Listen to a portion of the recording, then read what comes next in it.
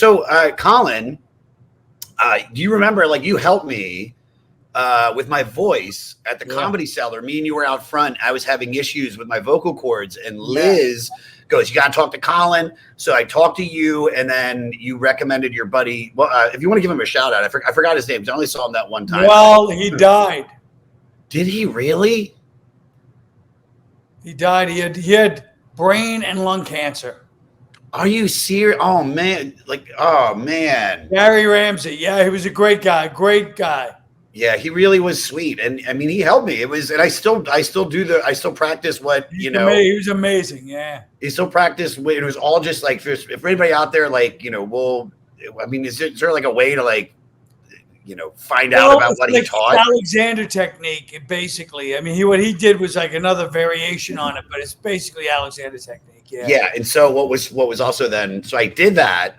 But then I also had vocal cord surgery, so I kind of did a little bit of both. You covered all the bases. Well, your voice sounds good. Thank you, buddy.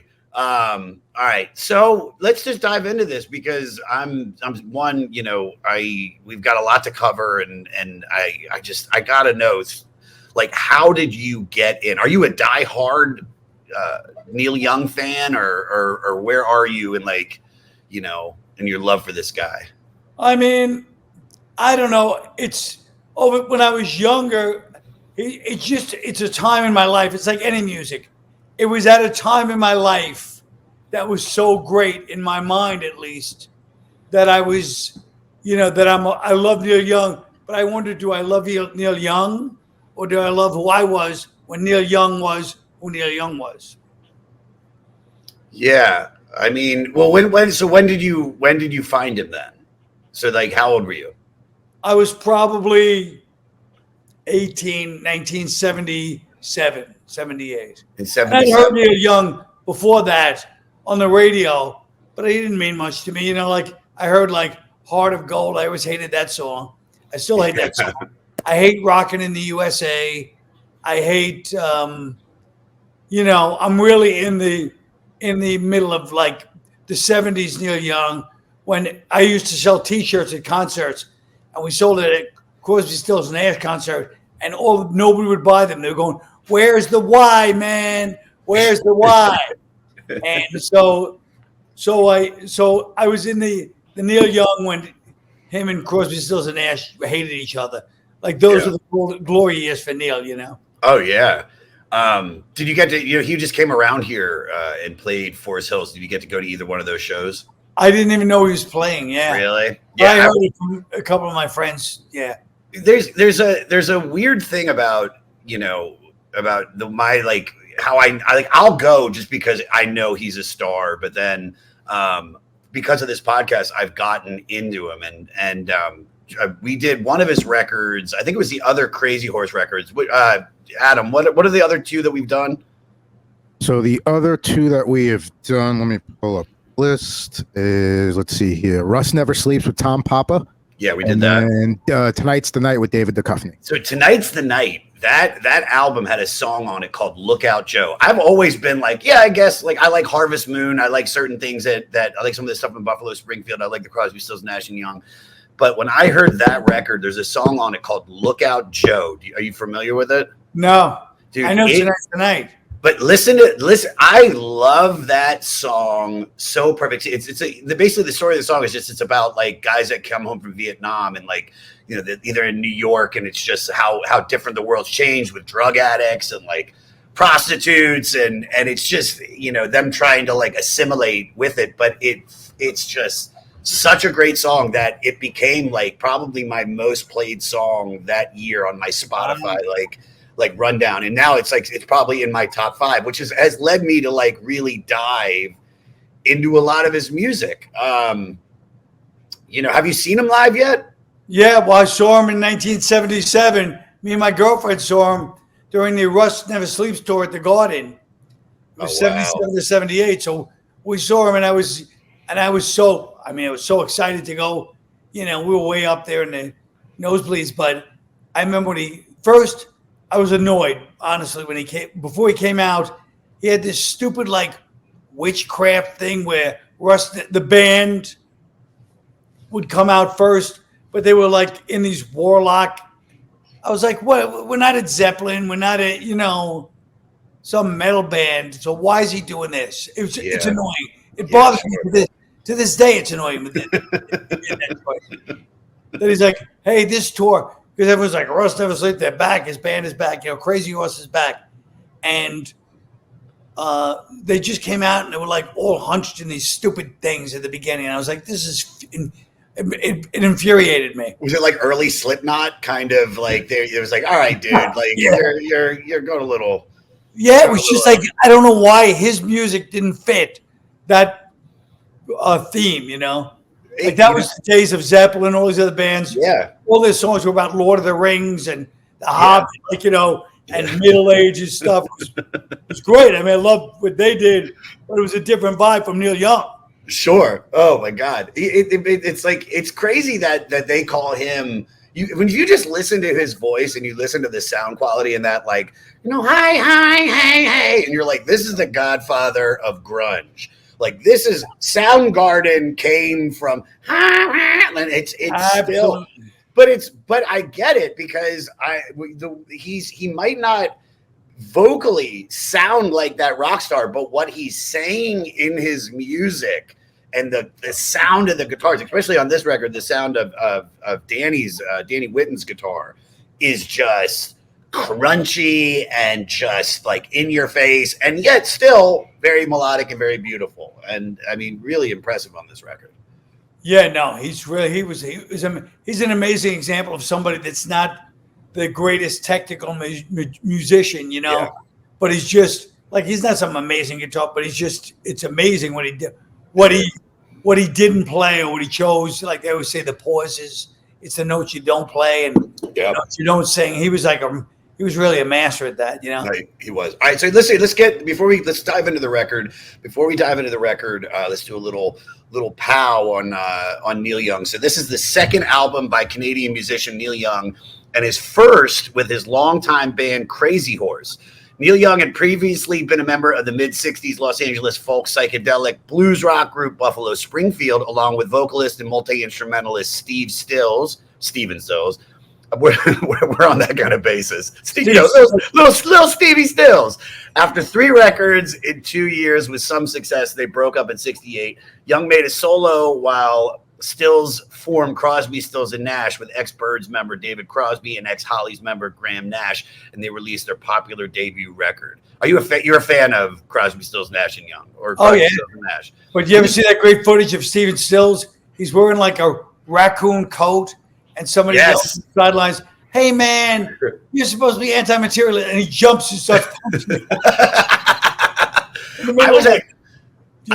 I got to jam with him at this like fundraiser. Yeah. So I dated. It was like we were hanging out. There's and I love her. She's one of my closest friends, Toll Wilkenfeld. We were hanging out, and she was doing, it was NAMM. So it was the big music conference that they have in Irvine, or like where Disney is. Wow. And we go down there, and later that night they had this show with the Hollywood Vampires. So it's like Alice Cooper, Joe Perry, Johnny Depp, Matt Sorum from Guns N' Roses, and then a bunch of other people were jiving in.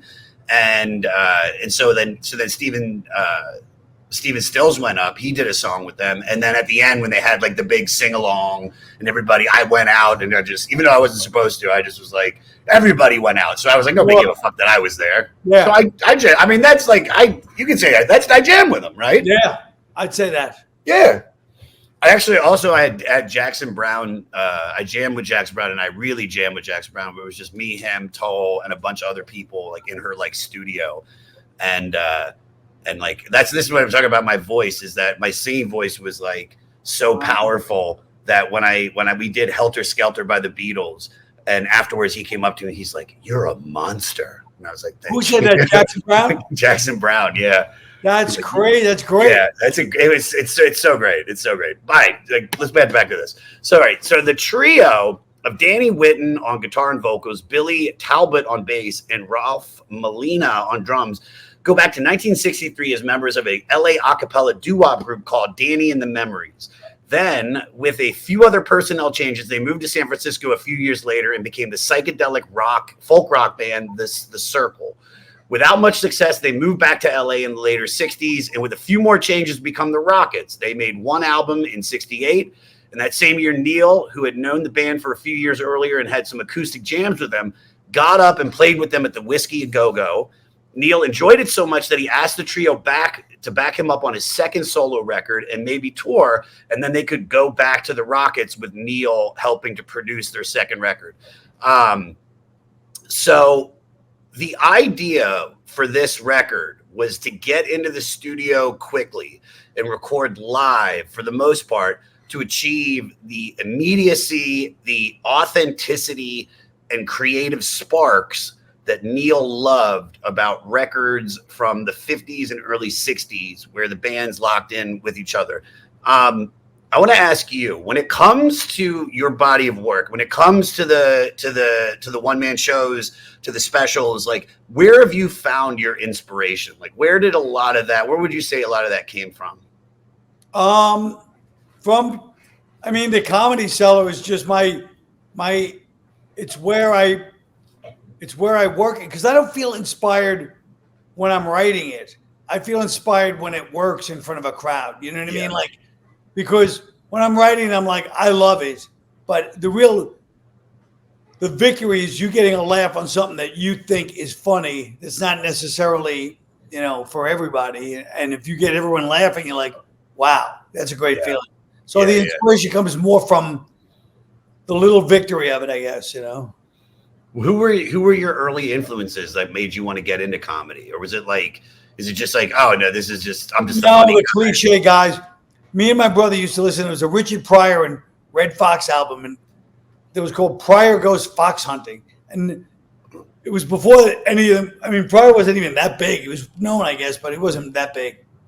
But we used to listen to it all the time, and it was just, there's something about that album. And George Carlin, Class Clown. Those were the two albums that had me going, wow. And everybody thought I was funny. I was like, but I never thought about being a comedian. But actually, it's funny because David Brenner, I used to see David Brenner on the Tonight Show. Yeah. This guy's like a cool guy. He's got like gold chains, a leather jacket. He's got a shag haircut, and he's doing comedy. I want to be like that guy. Because I wanted the nightlife. Even at 12, I wanted the nightlife of it. Oh, yeah. I wanted to smoke and drink and be in that 1960s nightlife type vibe, Oh my God, yeah. There's something so cool about, especially the back in the day. It's just, I felt like everybody was drunk.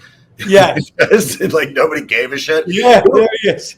Are there any people that inspired you that people would be shocked to know? Like, you're maybe like almost like your real deep cuts. Like I'm a huge fan, and I'm actually, we have her on the podcast coming up doing Cat Stevens. Paula Poundstone, her special Cops, Caps, and Things. When I was like 10 years old or however old I was, me and my sister watched that over and over and over. And so what, do you have any guilty pleasures? Well, I don't know that they're guilty pleasure. David Brenner is really a guilty pleasure.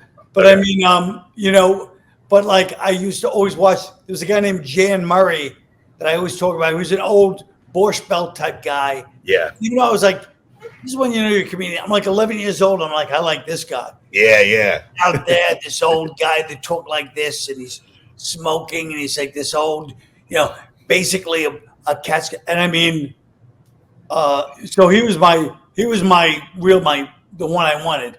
And Jerry Seinfeld, I knew I loved him and got him to do a video for me once. But the whole video was him talking about Jerry. Like he didn't know who I was. So even when he's doing the videos, I understand you're good friends with Jerry. He asked me to do this. I think he's a very talented person. So he just wasn't talking to me, but it was still a great moment. I have it here somewhere, Does that happen a lot? Does that happen a lot where people are like, oh my God, I'm so happy to meet you and you're so great. What's it like working with Jerry? Oh, yeah, sure. Yeah, it's like I was on tour with this guy Jelly Roll all summer, and I still work with him, and he became one of the biggest musicians in the world right now. and it's just the amount of DMs, and it's just, oh my God, fan of yours. I found you through Jelly, but what's it like? Is he that sweet? Is he that great? And I'm like, yeah, he really is. He really is. And I feel like Jerry would be, you know, he's iconic. You know, some people want to know. Exactly. Yeah. All right. Where were we? All right. Although trying to avoid the process of extensive overdubbing with his previous efforts, several of these songs were edited down from longer jams and cut together from various live takes. Sometime after his debut, Neil had gotten a terrible case of the flu, and at the height of his delirium, he picked up his guitar that was right by his bed, and he wrote 3 of the key songs for this record in one day. He wrote Cinnamon Girl, Down by the River, and Cowgirl in the Sand. What is, I remember we were talking about it saying going to the cellar. Is that where your work ethic it lies? Is that you have the idea and then you're like, I'm going to the cellar and I'm just going to work it out. You don't sit there and write. I sit there and write. No, I sit there and write. Okay. Oh, yeah. Oh, I write it all. But then I go to the cellar and whatever happens there, I have to rewrite, Yeah. No, yeah. No, I write all the time. I mean, I have a crazy work ethic, but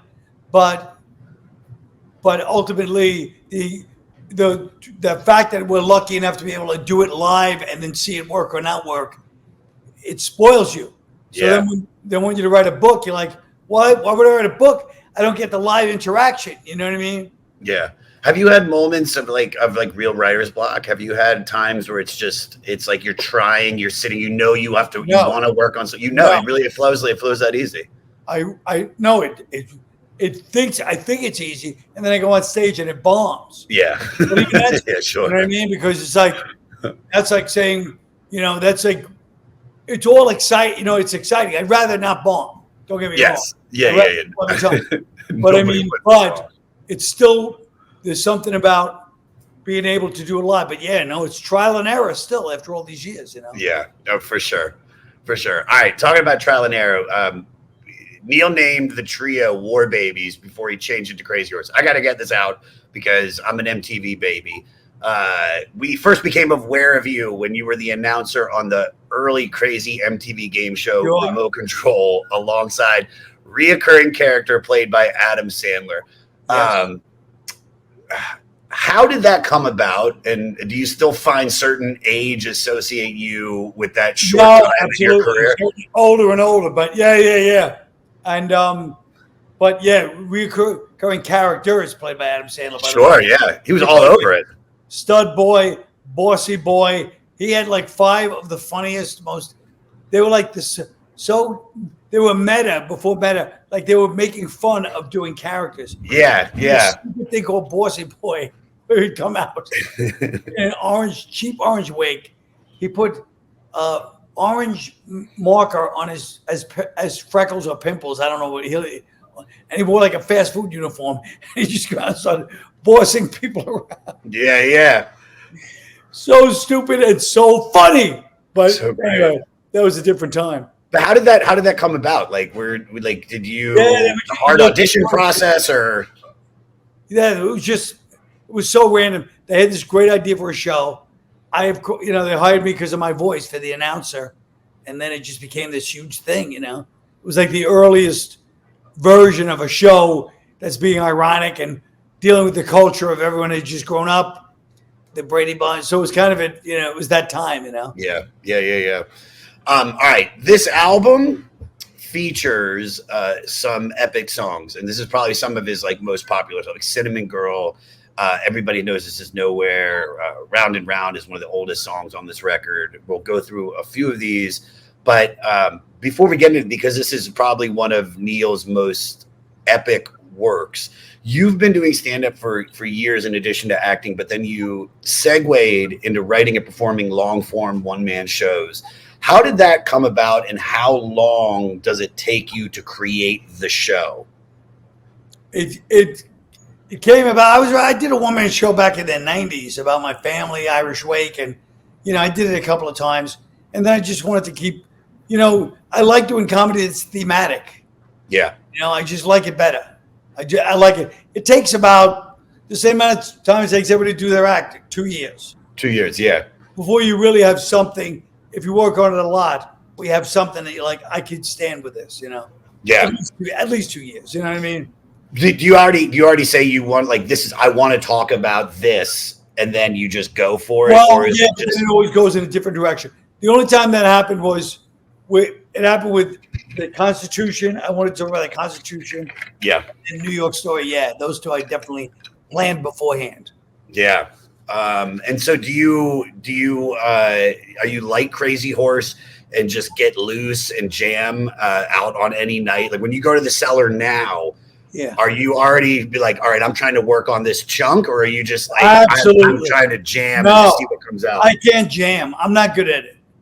I'm not good at improv. What? That's You were on with Tough Crowd. That was all you guys just improving and riffing. I mean, yeah. But I mean, that was, yeah. But everybody on the show hated me the most. All the fans would go, the only one I don't like is me. I was like, it's my show. You have to like me.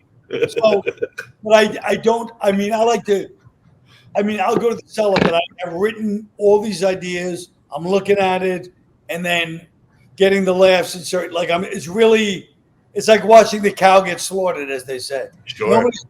There's no watching me cook the steak, you know? Yeah. I love watching. I mean, this is gonna sound super gay, but it's like I love watching you season a steak, dude. It's like I'm a huge fan. So you season it great, dude. You Salt Bay it for sure, dude. You know how it is. I don't come off like smooth ever because it's impossible for me to do it. I got to do it that way. I got to look like a fool or like a whatever it is. I can't look slick. It just doesn't work. Oh my God, yeah. All right, let's talk about some of the songs on the record. So we got to talk about Cinnamon Girl. Great song. This is probably like one of his most popular songs. This actually features second guitarist Danny Whitten on co-lead vocals with Neil. Neil's respect for Danny was really illustrated in their guitar interplay. Neil has stated that nobody could weave around him like Danny. Neil also expressed regret that he ended up switching the more predominant and higher lead vocal with Danny. So you've worked with and alongside so many amazing writers and actors. Who are the people that you've best collaborated with that really get you? I mean, look, a lot of people. I mean, as far as I'm collaborating on what? It's hard to say because stand up. You're by yourself ultimately. Sure. So, but I'll say one thing. I'll say that Cinnamon Girl.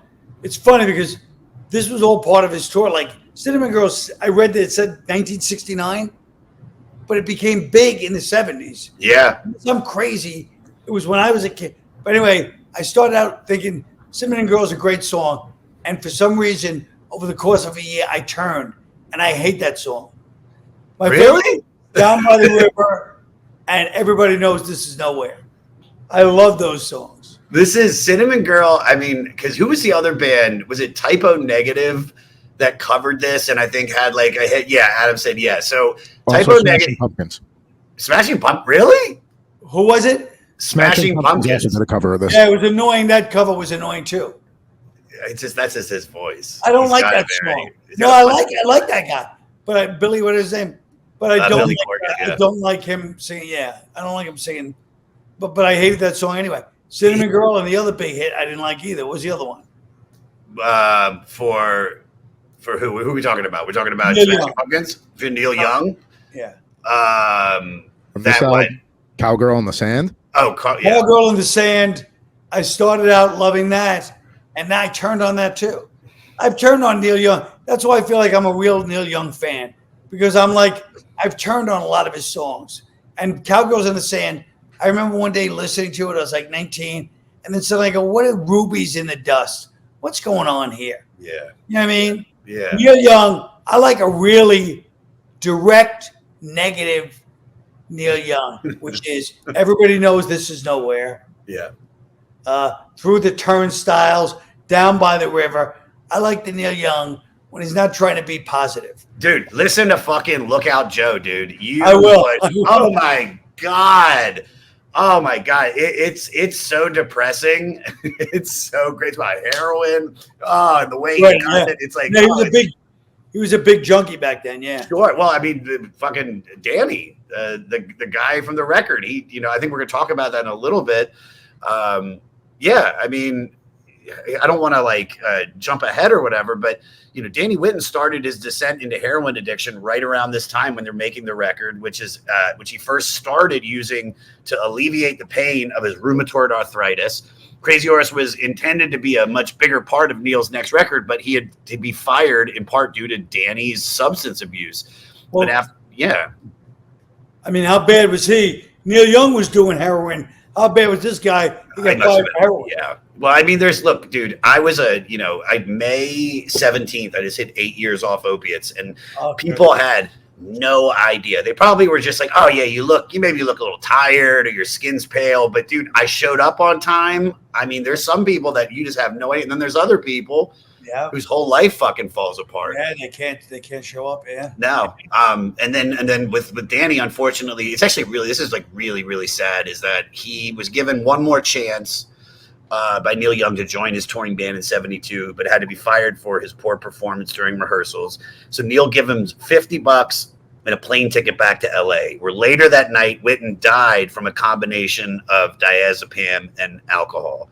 On this show, I talked about it. I think one of the reasons that I do this is because it's all just a way of healing for the past, and using this music is just a good way to as a starting off point, but it really does tell the story. And a lot of the people on this that listen know my story, and I've been very open publicly about all my substance abuse. When did you become aware of your issues, and how did you avoid what took you down that so many other comedians and musicians had? Well, I mean, I didn't avoid it. I just I just got sober 40 years ago. So but before that, during those, maybe one of the reasons I like that Neil Young record so much is because that was right before it got insane for me. Yeah. I still had my girlfriend. I could still function. I went to Neil Young. I was drunk and stoned, but I still remember the whole show, and I still remember going home. And so it's maybe that's what I loved about that period of my life. I could still control. I was only 18, 17. So it was right before I tipped over, where it was all blackout city. Yeah. You start out going to a concert, and then 3 days later, people I'm like, what happened to the concert? And people don't you remember we left you bleeding 2 days before the concert? Oh my God. Yeah. What? And so maybe that's why I love Neil Young so much. It's like I said, that was the time period when I could control things, and I was relatively happy. You know what I mean? Yeah. With someone because you were close with Greg Giraldo. I mean, it was an unspoken thing. I've never asked. I don't even know the real history. I just remember it was one day he passed away. Did everybody know that he was an addict for years, or was it Yeah, I think I think a lot of people, I don't know if everybody did, I don't know, but I mean enough people did where it was he knew it. I mean, he knew it, and everyone, yeah, I mean it was yeah, I mean it was definitely it wasn't a secret thing, no. Yeah. All right. Not to Oh no. I mean, he's great. Anytime someone says his name, I'm glad to hear it, because he was one of the greats, Yeah, I mean, there's, we've some of the people it's not even just drugs, but it's like Patrice, because I talked to Burr a lot about Patrice, because Elephant in the Room was such an important special in my life that I never got to see him live, but it was that was the first I knew about him, and then I saw that special, and I probably watched that special 100 times after I got in this bad car accident, and it's just that, and then Greg Giraldo, all of his roast stuff. It's just, these are guys that could have been, and probably at the time they were at the time some of the strongest comics out there, and it's just absolutely. And then to lose them, it's just, it sucks, but it's you have to talk about them, because you don't want people to. Absolutely. Yeah. No, it's a tribute, to Geraldo and Patrice, of course. Yeah.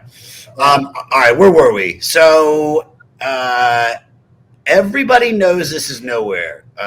was attempted for Neil's debut album, but didn't make it. It's about the dissatisfaction with the pace of a life in show business. Little on the nose for performers. Obviously, failure sucks, but what do you think the worst part of a successful career in show business is? I don't think it's the worst part, but I think it's the most like cold water in your face part. So in some ways, it's the best part, but it's the most shocking part is when you have to realize that doesn't fix you. Whatever you think you're going to magically feel from success, it's great, but it's not going to fix you. You know what I mean? Yeah. It's not bad. It's just bracingly like reality, you know? What's been the hardest? Like, I know you've had such a long and illustrious career, but what was the lowest, like, where you ever have a moment where you're having the most amount of success, but then, and sex, but you have the most amount of success, but also you just like, you're depressed as shit? Because I've had that happened to me when my TV show was out. What's that now? I had a TV show on Comedy Central that nobody watched, but when we were done recording it, and it's like when I should have just been like proud of it, I was just like, oh, I don't think I've ever been more depressed. I isolated and just No, I've had a lot of moments like that.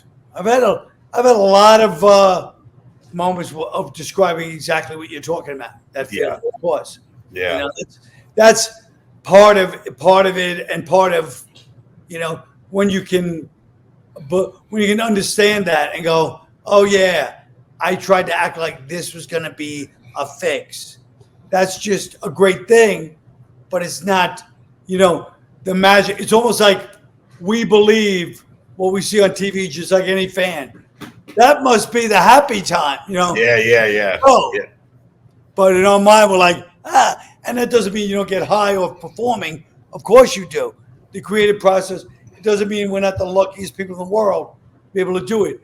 But if you think it's going to, you know, somehow, like, it's going to make you live in this natural drug-induced happy space, then you're in for a rough ride. Oh my God, yeah. All right. Adam, what song did we just did? Everybody Knows It's Nowhere. That's where we are, right now. All right. So this is definitely one of the standout songs. Young's living in Southern California when he wrote it. The song's lead vocal tracks wasn't originally meant to be released. It was a scratch vocals sung through a low quality talkback microphone on a mixing board. That's one thing I love about Neil, and I think one of the reasons is that it's like he's all about the distortion. He's all about the crunch. Yes. Yes. You know, it's like being real. I feel like it's actually kind of apropos that you're on it, because you do point out in all of your one-man shows, you point out either things that like people don't want to talk about, or if they didn't even notice. And it's like you know, it's like finding that like that dark center. It's really fucking cool. Well, you know, it's funny, which I just literally realized right now, and I can't believe you're going to think I'm lying. Go ahead. Because why would I not have said this immediately? My walk-on and walk-off songs for at least a year and a half, 2 years, you know, you mix them up once in a while. Sure. Walk-on song, Walk On by Neil Young. No shit. Yep. And my walk-off song, Till the Morning Comes by Neil Young. No, dude, so you love Neil Young. And I really, you know, I did. Even if you say, because you made it seem like you're like, yeah, I'm a fan, he's cool. I know, I did. Yeah, all right. There's nothing wrong with fanboying out. No, I know. It's, I don't know why I let your freak flag Neil Young. But at the same time, I love him enough to hate Cinnamon Girl and some of his more popular songs. That's what a lot of people do. A lot of people find we like a certain like they're the real fans. The popular shit. Yeah, the real fans are like, that's terrible, but it's this deep. They're like the people that come up to me and go, "Hey man, I know that one bit you just did," and you're like, get out of here. Yeah, dude. All right, where were we? Round and round, round and round. The love that died away, just give it time. That's not it. That's Rat, everybody. Round and round. You know that song? I like that song. Round and round. What comes around goes around. Yeah, dude. I fucking love that song. Yeah. All right, this is the oldest song on the record. Goes all the way back to Neil recording this as an acoustic demo when he was in Buffalo Springfield. Thoughts on the song? Do you? I think Joni Mitchell cited that this was an inspiration for her song "Sugar Mountain" and the Circle Game. But it's interesting to note that the latter bears a strong similarity to this song. Both songs are about time, age, and morality, and both have a chorus that includes round and round and round, with round repeated 3 times in each. Wait a minute. Yeah. Joni Mitchell wrote Sugar Mountain. I thought Neil Young wrote it. That's what I meant. Yeah, I read that wrong. But yeah, Joni Mitchell cited Neil Young's Sugar Mountain as an inspiration for her song, The Circle Game. Okay. Yeah. Well, I don't even know that song. Round and round. Yeah, you know what? Fuck it, dude. Who cares? We don't need that. Fuck that. All right, let's move on. What are we on now? Down by the river. I'm by the river. Down by the river. All right. Speaking of immediacy, Down by the River was cut after the band had only been together about a week. Wow. Yeah, I know. Which is what I loved about it. I was talking to my Morty Coyle, DJ Morty Coyle, follow him, everybody. He helps me with the show, and he helps me go over everything. And it's just like, what I loved about Neil Young is that it's just like he dug their sound, and he was like, a lot of these songs were recorded in like one take. Like they would all play at the same time. It's the same way that like Billy Joel records. He only records his piano and the vocals at the same time because that's the way that he writes it. And it's like Neil Young wants that like everybody in the room working together, which is really cool, man.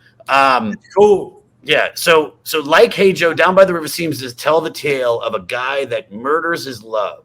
Although Hey Joe blamed her infidelity, this doesn't seem to have any reason making it more unsettling. However, Neil has said that this is not a song about murder, but rather the metaphor of desperation after blowing it with a chick. So I want to ask you this. So you were a writer and performer on SNL in the mid-90s, but became the Weekend Update host after Norm Macdonald blew it and was fired. Blew it. I mean, he didn't really blow it. I mean, but what was it like following Norm? I mean, it was such a different world. It was very uncomfortable, but if it was today in social media, it would have been impossible. Sure. So at the time, it was really weird, and me and Norm were friends, and it was a little tense, and also, following Norm is impossible, but it was definitely a strange thing. I mean, it was definitely a hard thing that, it was just very odd. Did you know, like, I mean, because you're at, what is it, Studio 6, you're at, Rockefeller, you guys are all working together so closely. Did you know that they were upset with him, or was of course. Oh, really? Okay.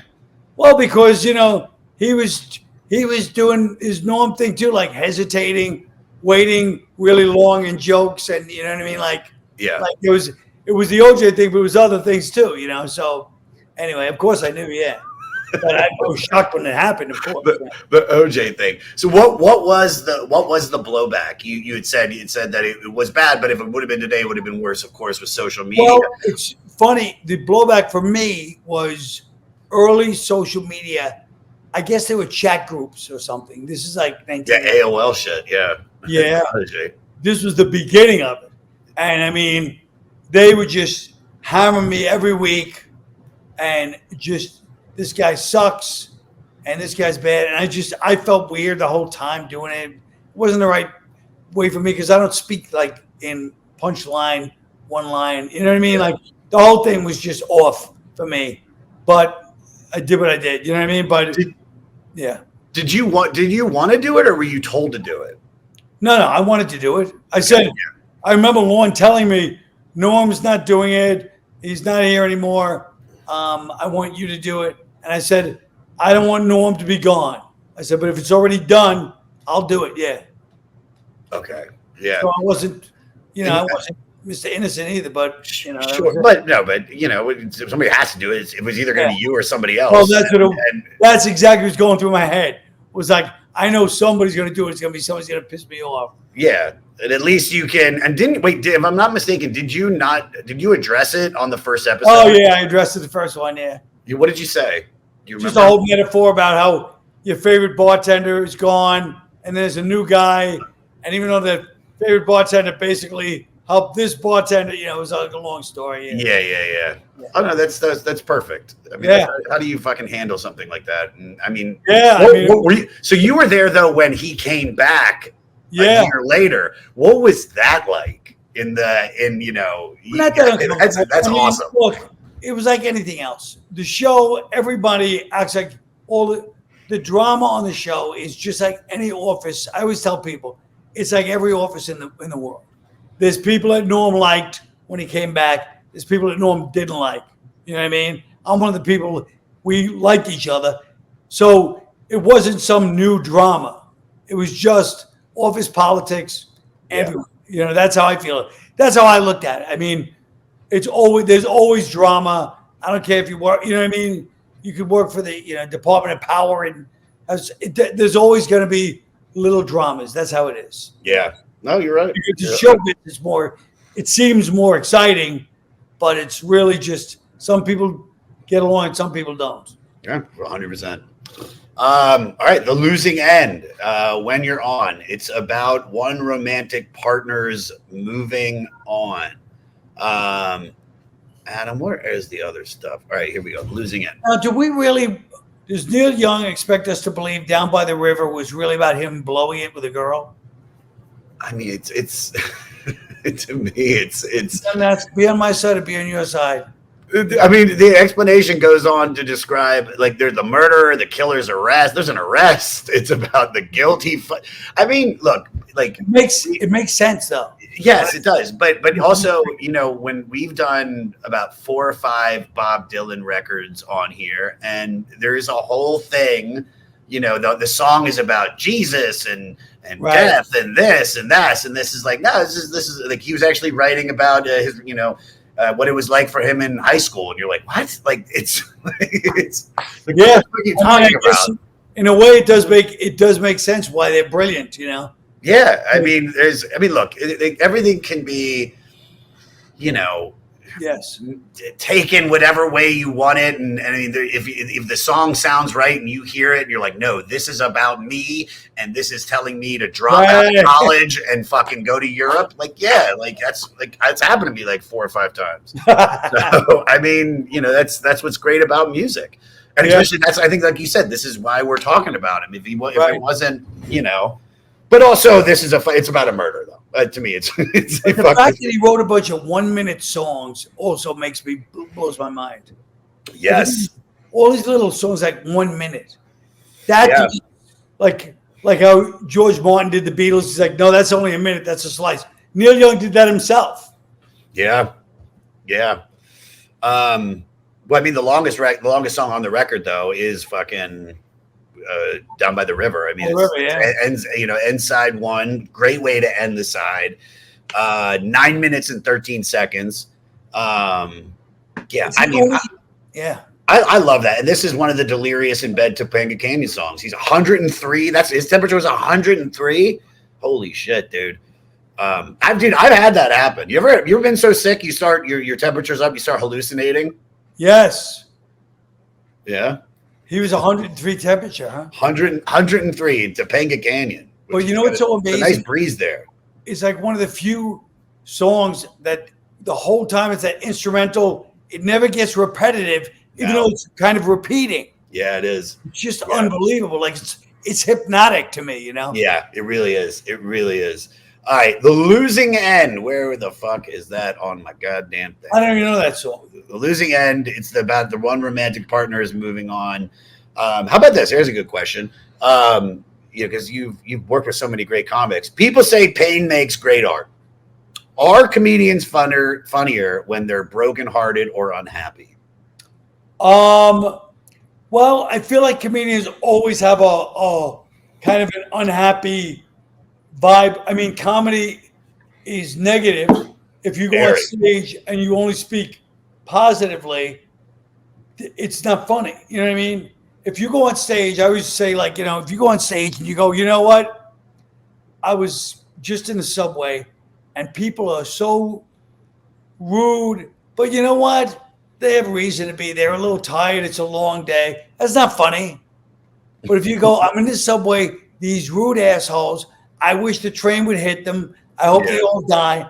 That's funnier. Not that it's a great joke. But you know what I'm saying? Like, the tone is, fuck them. You know what I mean? I'm out for, it's that part of ourselves. It's like, I'm out for number one. I'm trying to survive here. Yeah. So that's funny. Because then the shared human experience of positivity, there's places to go for that. It's not necessarily a comedy club, Yeah. I mean, every person that I've ever talked to about stand-up is like, yeah, you don't want to build yourself up like you're the man. Like, it's the only comics that can do that are like black comics, that they're like I'm the fucking shit and you can suck my dick. Like, I don't give a fuck. Like, white comics, we cannot do that, and we pull that off where it's funny. But the truth is, it's like, it's better, even if there's like, it's like what they say with like women, the attractive women, Sarah Silverman, Amy, all these different beautiful women, they have to almost at the beginning had to dress themselves down to be accepted because they were too attractive. It's like, you want people to look, the more shitty you are, like, you're talking about, well, you're talking to a crowd of people. So the more like you're part of that crowd, the better. Yeah. You know what I mean? But you don't have to be part of that crowd. Like, if you're famous, you can't pretend you're not famous. But so that's why comedians, this transition. But if you still have those same petty, the low life feelings of everybody else, that's funny. Yeah. You're still jealous and envious and unhappy. That's funny, because that's how everybody has that little part of them. And I feel like people go to a comedy club knowing that's part of the game. Yeah. I do, though, as a performer, when I first started doing stand-up in 2008, and I mean, I was like living in LA, living on couches, I was broke. I mean, it just, the amount of material that I constantly was writing, and which is actually really cool, is that, like, I have gone back to those earlier books because I wasn't able to make them funny in that first year. But now it's like, at 16 years, I'm like, oh my God, yeah, that's a great idea. Yes. And I have the confidence. Like, have you done that? Like, taken like from your earlier shit, and you're like, oh yeah, wow. no, sometimes something will pop out. But it's also because when you're living on couches, the way you're describing where your life was at, it's also the people you're running into are disrespectful to you. And that's funny. You know what I mean? That's why Rodney Dangerfield was so funny. Because when he said, I don't get no respect, not only do you feel like I don't get respect either, but you knew this guy wasn't kidding. You looked at him and the way he talked and the way he acted, you knew this guy was a guy that people just wanted to get out of their fucking way while they go visit somebody positive who's successful. This guy, Rodney Dangerfield, is a fucking loser. Yes. Even though he's on TV, you're like, this guy, nobody's going to respect this fucking guy. And even though it taps into all of our feelings of getting no respect, you knew he wasn't lying. You knew his life. You could just see his life on him was not getting respect. Totally. And I mean, that's what we loved about him. It was that he was the schlemiel, that he was just. Yes, he was that part of all of us. Only he lived it 24/7. Yeah, and but towards even at the end, he was still like that. But it's like that by that point, he had a shitload of money, and he was still ugly and still fucked up. And he was the real.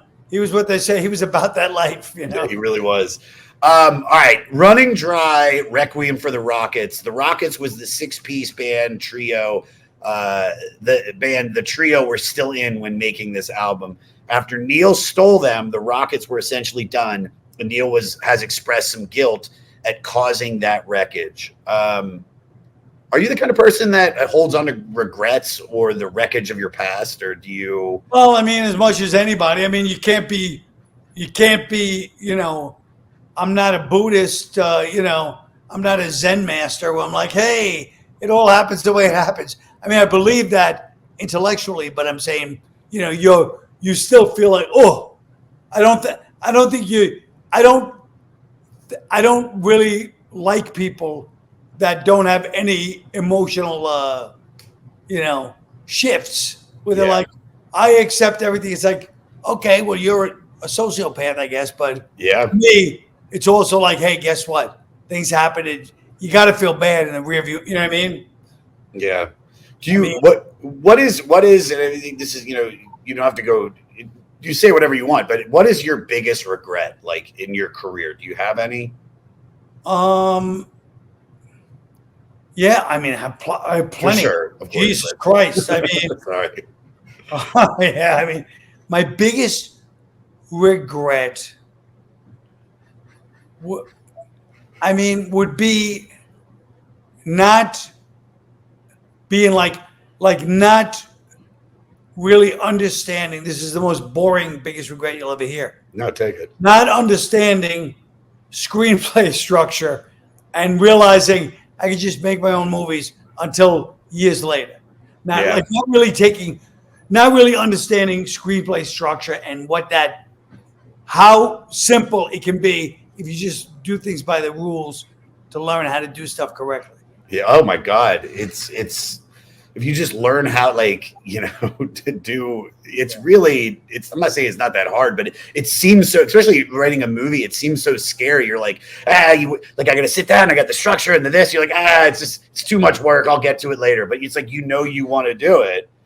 And you just keep putting it off. And most movies stink because they really do. Nobody really understands that it's so hard.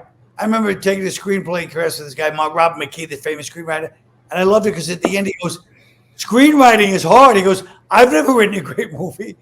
And I was studying with the guy for 3 days, his whole seminar. He goes, it's really hard. He goes, writing movies one of the hardest things. And when you see the percentage of movies that are really good, it must be really hard. Because you have all these people focused all this time, millions of dollars, rewrite, get this guy in. All these people doing it for 30 years, and it's still missing.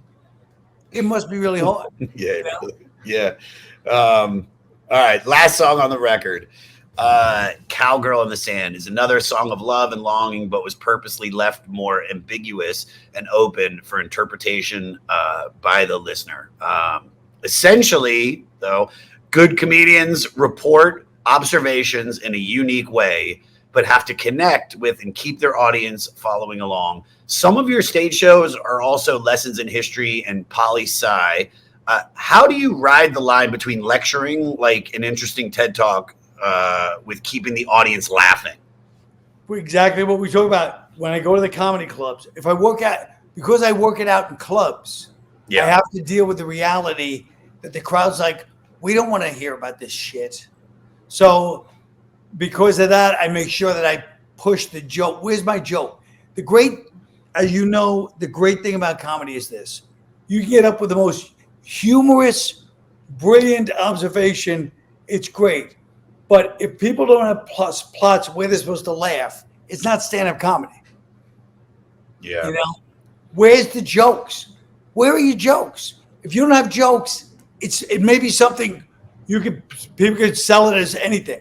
But when you're selling it as stand-up comedy, there's places where people are laughing the whole show. And that's what I love about stand-up. It's such a hard, harsh thing where it's like, hey, we're not laughing.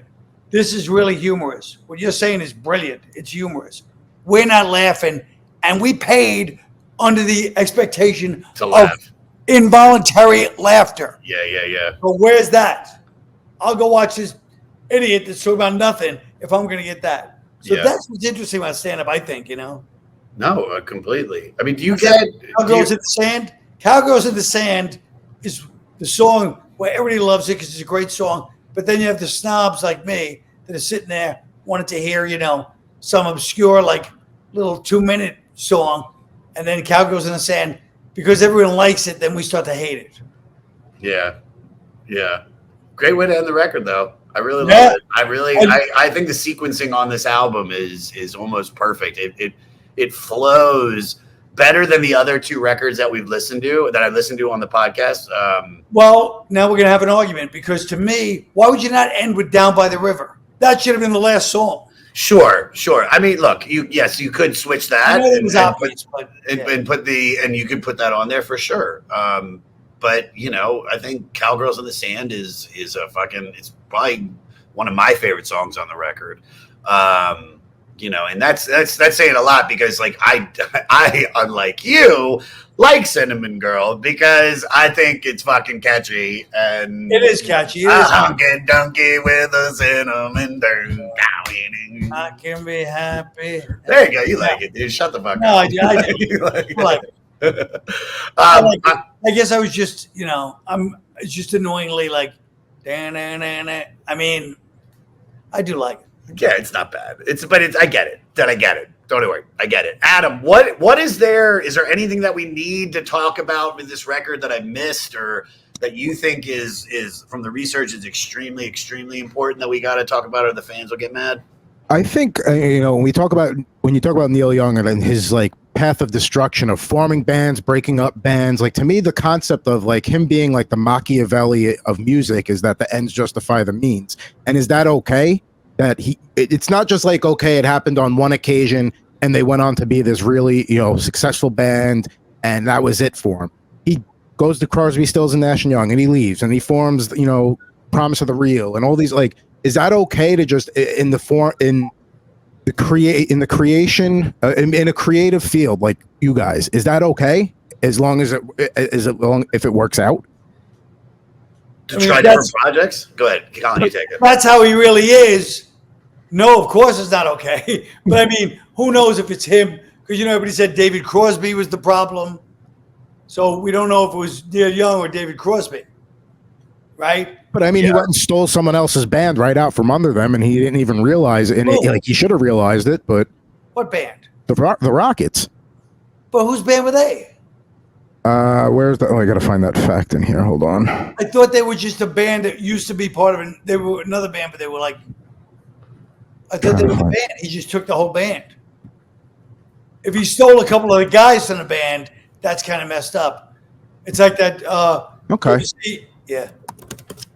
No, that makes sense. If you take the whole band, it's okay. But if you only take a couple, then no, that actually makes sense to me. Yeah, but it's true. How many times has that decision been made? You even see it in movies where they go to the lead singer, "We want you," and you lose your band. Yeah. I mean, that's always a hard thing is like there's like so many bands right now. Like there's like Stone Temple. I know I talk about this on a lot, but like Stone Temple Pilots is one of my favorite bands of the 90s. And, once Scott Weiland died, I was like, that's it. I can't. I mean, they have a new singer. They've had like 3 new singers. The guy sounds exactly like him. I could give a shit. What about Brian Jones? Well, that's interesting because fucking the AC/DC, it's his voice. It's because Back in Black and all the shit they did post is fucking great. And I know that Bon Scott is like the man, but there are exceptions. What about John Lennon? John Lennon, when Paul McCartney, when they first brought Paul, John was like, God damn. John wanted to be the man. Yeah. Then this guy, Paul, comes along. He's a young kid who's great. And he's like, we got to let him in.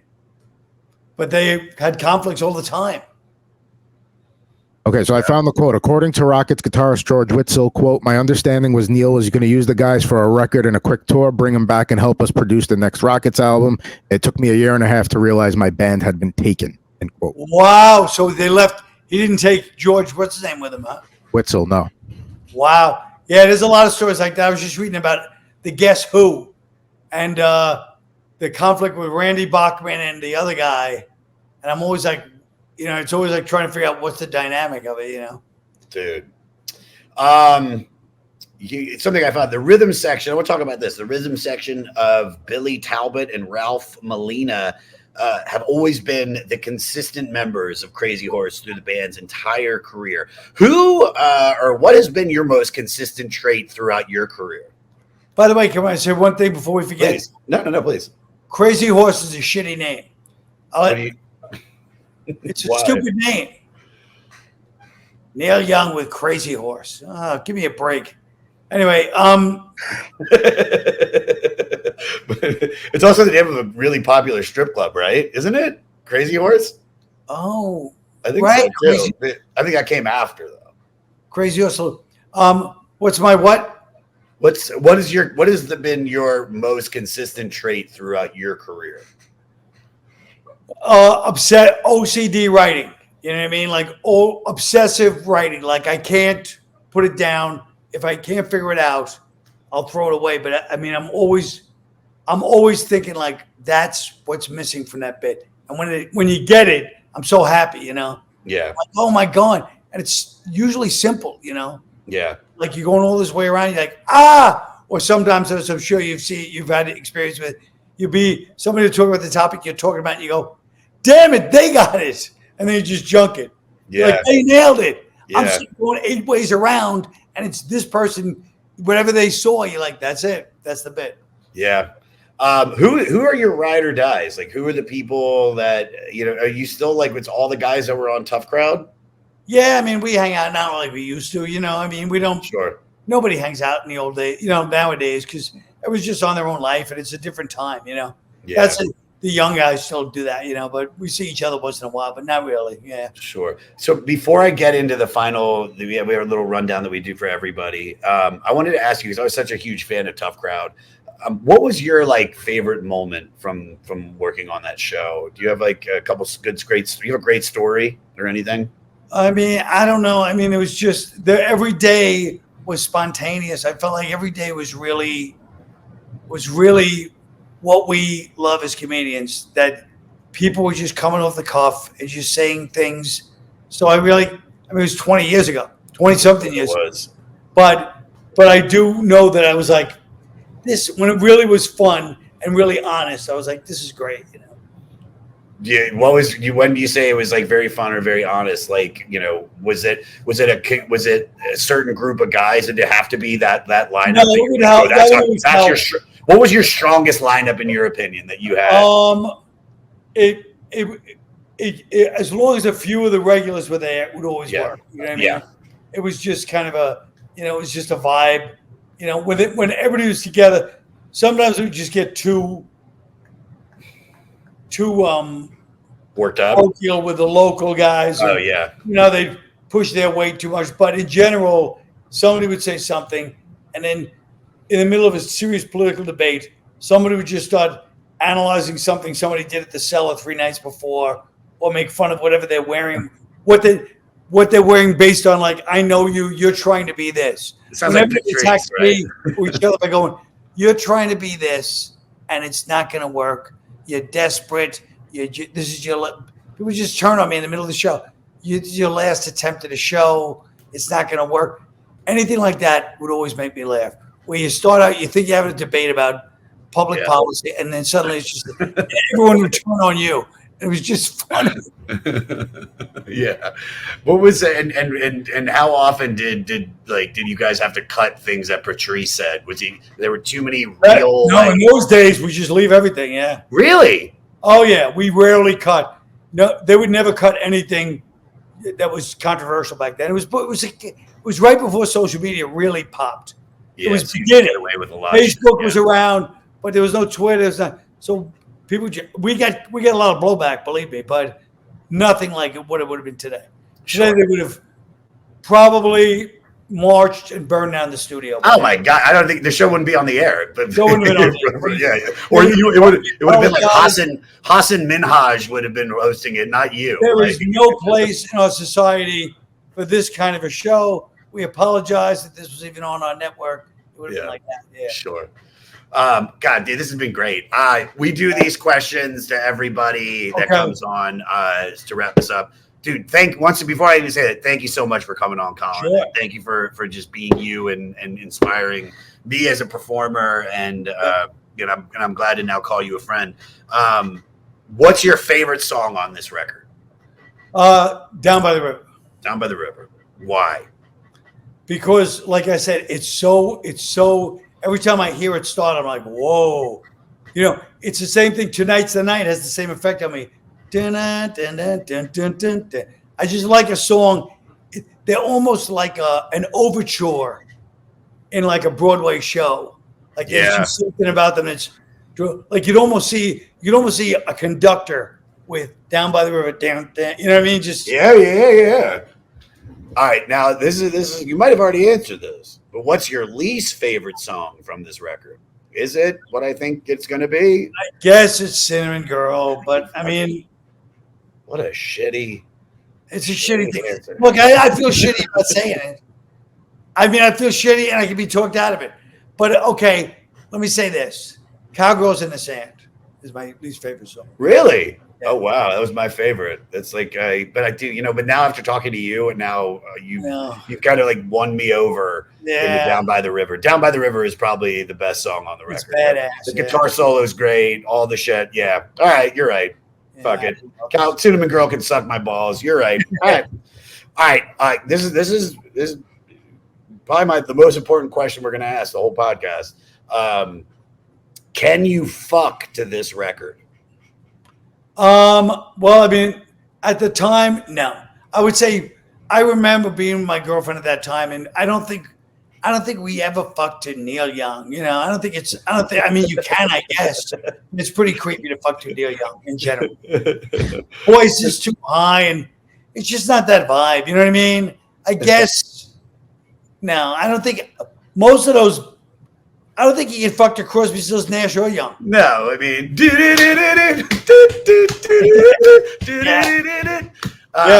Hey, my, you can't fuck to that. I don't think you fuck to any of the singer-songwriters of the 70s. Not Dylan. No, you can. I mean, I think you can fuck James Taylor. Who? Yeah, you can. All right, I'll say this. Yes. Wait, who? The Who? The Who? You can seduce. Oh, of course. You can seduce. I'll give you. This is the best I can do right now. You could seduce and get in the mood to Jackson Brown. That's the best I can do right now. I'll take that. And I mean, The Pretender. It's an album about death, but it sounds like it's about fucking. 23. He was 23 when he wrote it. Yeah, I know. Jackson Brown is like. We've done. God, how many records did we do of Jackson Brown records? And we did I think we did 4 of them. And it's just like it was one of those guys that you're like, man, he was everywhere in that scene. Like he was all over in so many different records, like so many different things. Like he was such an important part of music, and people don't know that. And you're like, good God. I know he really was. He was. I mean, even in Taxi Driver, the greatest movie, he's in there. Yeah, he is. That's true. All right. So this is not one of the normal questions I ask, but I want to ask this. So is this true, Adam, that Neil Young and what's the fucking guy's name? Who's the guy? Super Freak. Rick James. They were roommates. That's true, right? Yes, they were. I believe they were actually in a band together for a short amount of time, and then Rick James got in trouble with the law, and the band had to break up. Yeah, they're minor birds. What? Okay, just in your opinion, what do you think, as roommates, they fought over the most? Well, I mean, I'm just trying to put it all to my head. First of all, it's a shocking statement, but then I'm like, well, Rick James is from Buffalo, right? And he's from Toronto. Very close. So, maybe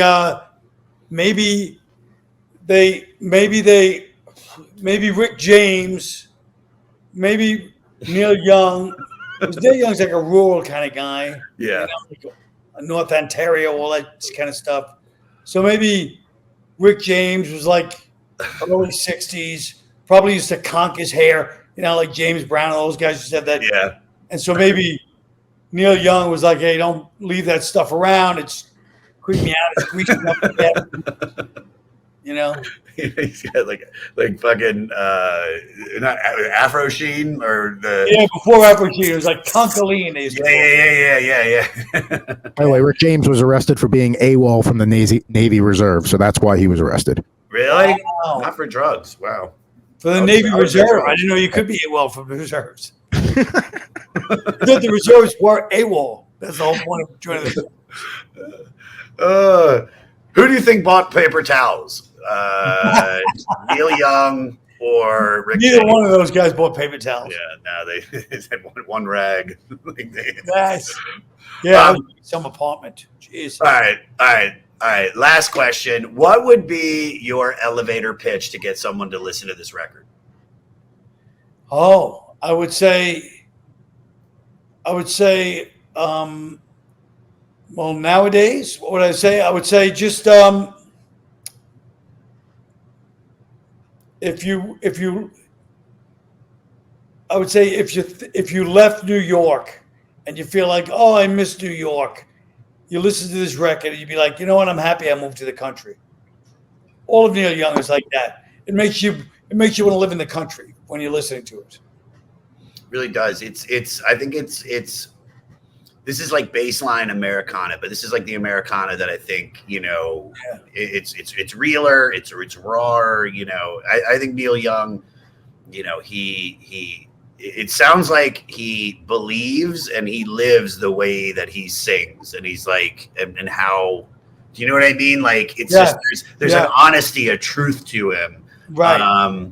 That a lot of artists, don't have or try to have, but don't, even just like the whole, like pulling the music off Spotify. I mean, I know like right or wrong and stupid and did it do anything? No, but it's like, he just has morals and his songs feel like they do too. And they tell the story and, even when he was dropping the Spotify thing, the story for him was like, no, I didn't want this misinformation. And he has a voice and but it turned out he was giving him misinformation. I wonder what he thinks this week. Yeah. Yeah, right, dude. And plus it's on every platform. It just shows how artists don't really understand what goes on with the business part. Wow. And I wouldn't have even known it was on every platform except everybody on social media. It's like, this idiot, they're still playing everything everywhere. It's like it didn't matter. Yeah. No, you're right. You're 100% right. Dude, Colin, this is great, man. Please promote away anything that you want to promote. Just go to YouTube, watch my little special there on YouTube. Our Time Is Up. It's my special about, I shot at a psychological convention, psychiatrist convention like 2 weeks ago. Oh my God. Yeah. We'll promote the shit out of it, dude. Thanks. And I can't wait to watch it later today. Dude, thank you so much for coming on, brother. Great. Thanks.